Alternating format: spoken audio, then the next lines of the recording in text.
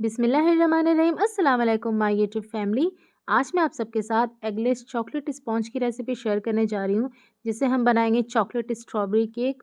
आप देख सकते हैं कितना जालीदार स्पॉन्ज बना है, बिना अंडा, बिना दही और बिना अवन के।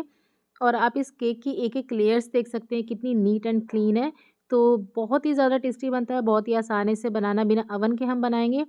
तो आप भी इसे ट्राई करिएगा और चलिए बनाना से स्टार्ट करते हैं। वीडियो अगर अच्छी लगे तो इसे लाइक और शेयर करना बिल्कुल भी ना भूलें। सबसे पहले यहाँ पर हम 1 कप दूध ले लेंगे और इसमें 1 छोटा चम्मच ऐड करेंगे 1 टीएसपी विनेगर और इसे मिक्स करके हम साइड में रख देंगे तो हमारा बटर मिल्क रेडी हो जाएगा। दूसरी तरफ हम बोल में ले लेंगे ऑयल। इसके बाद इसमें जाएगी पिसी हुई चीनी। सारे इंग्रेडिएंट की लिस्ट ना आपको नीचे डिस्क्रिप्शन बॉक्स में मिल जाएंगे। पिसी हुई चीनी और ऑयल को हम अच्छे से मिक्स करेंगे कम से कम 1-2 मिनट के लिए, जिससे कि ये थोड़ा स्मूथ हो जाए। तो ये देखिए यहाँ पर चीनी और ऑयल जो है अच्छे से मिक्स हो गया। अब हम इसमें दूध ऐड कर देंगे जिसमें हमने विनेगर ऐड करके रखा था। तो तीनों चीज़ों को हमें अच्छे से मिक्स करना है। ये देखिए अच्छे से मिक्स करने के बाद हम एक स्ट्रेनर में लेंगे maida, cocoa powder, powder, baking soda. इसे हम सीव कर देंगे। ये सबसे आसान चॉकलेट स्पॉन्ज केक की मैं रेसिपी आप लोगों को दे रही हूँ।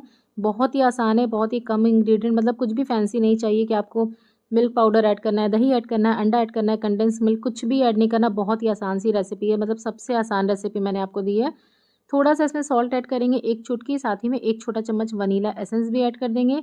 अब इसे अच्छे से मिक्स कर लेंगे। आप चाहे तो स्पैचुला से मिक्स कर सकते हैं, कट एंड फोल्ड मेथड से, या फिर इस तरीके से बलून विस्कर से कर सकते हैं। मुझे विस्कर से ज़्यादा सही लगता है, सारे लम्स जो है ना वो इजीली डिज़ोल्व हो जाते हैं। ये देखिए बिल्कुल स्मूथ यहाँ पर हमारा बैटर रेडी हो गया है चॉकलेट केक का।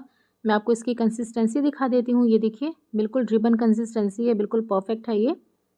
मैंने केक टिन को ना पहले से ही लाइन करके रखा है बटर पेपर से। यहाँ पर हम इसे ट्रांसफ़र कर देंगे इसमें, और कढ़ाई को भी मैंने ना प्रीहीट होने के लिए रख दिया था। 10 मिनट से वो प्रीहीट हो रहा था मीडियम फ्लेम पर। हल्का सा इसे टैप करेंगे जिससे कि जो भी एयर बबल्स है वो रिमूव हो जाए। तो चलिए अब हम इन्हें बेक कर लेते हैं। तो यहाँ पर कढ़ाई पर मैंने एक छोटा सा नीचे कटोरी रखा हुआ है, इसके ऊपर इस टिन को रख के हम कवर कर देंगे। इसे 35 से 40 मिनट के लिए बेक करना है आपको लो फ्लेम पर। तो ये देखिए यहाँ पर टोटल 40 मिनट हुआ है। 40 मिनट में केक बहुत ही अच्छे से बेक हो गया। आप देख सकते हैं कितना स्पॉन्जी बना है, बिल्कुल टूथपिक क्लीन है, मतलब केक अच्छे से रेडी हो गया है। यहाँ पर देखिए केक ना पूरा ठंडा हो गया, तभी हम इसे डिमोल्ड करेंगे। साइड साइड से भी ये छोड़ दिया है पैन को, इसका मतलब केक अच्छे से ठंडा हो गया है। ठंडा हो जाने के बाद ही आप इसे निकालें, वरना केक टूट सकता है। और चॉकलेट केक के ना क्रम्स भी बहुत निकलने लगते हैं अगर वो अच्छे से ठंडे नहीं होते हैं तो ये देखिए कितना ज़्यादा परफेक्ट स्पॉन्जी सॉफ्ट केक यहाँ पे बना है, बहुत ही ज़्यादा सॉफ्ट और स्पॉन्जी बना है। मैं आपको दिखा देती हूँ साइड साइड से भी, ये देखिए। और अब हम यहाँ पर स्ट्रॉबेरी की फिलिंग बना लेंगे जो हम बीच में फिल करेंगे। तो यहाँ पर मैंने स्ट्रॉबेरी को चॉप कर लिया अच्छे से वॉश करके। इसके अंदर हम 1 टेबलस्पून या 1.5 टेबलस्पून जितना पाउडर शुगर ऐड करेंगे। अच्छे से इसे मिक्स करेंगे। तो ये हमारी फिलिंग यहाँ पे रेडी हो गई है, इसे साइड में रखते हैं। और अब हम यहाँ पर केक को 3 लेयर में कट कर लेंगे। आप इसे 4 लेयर में भी कट कर सकते हैं, तो मैं यहाँ पर 3 में ही कट कर रही हूँ। तो आपको इस तरीके से नाइफ़ को घुमाते हुए, केक को इस तरीके से घुमाते हुए कट करना है।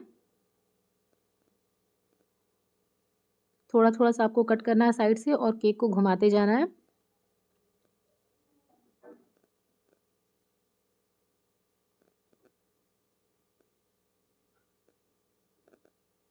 तो यहाँ पर ये देखिए मैंने 1 लेयर इसकी कट कर ली है और आपको दिखा देती हूँ। ये देखिए इसके अंदर का टेक्सचर देखिए कितना परफेक्ट है, कितना ये स्पॉन्जी बना है। तो अब हम यहाँ पर दूसरी लेयर भी इसकी कट कर लेंगे।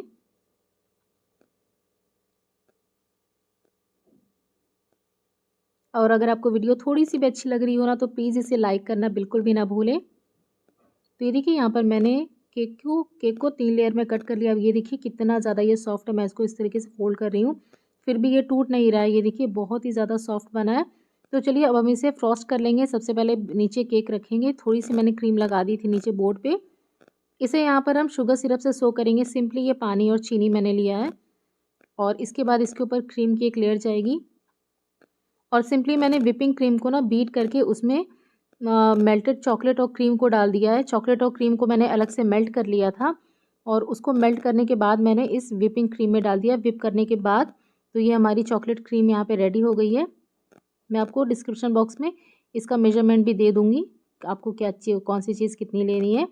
तो एक लेयर लगाने के बाद क्रीम की ना इस तरीके से साइड में इसके हम इस तरीके से बॉर्डर बनाएंगे और बीच में जो हमारी ये फिलिंग है इसे हम फिल कर देंगे, जिससे कि साइड साइड से निकले ना।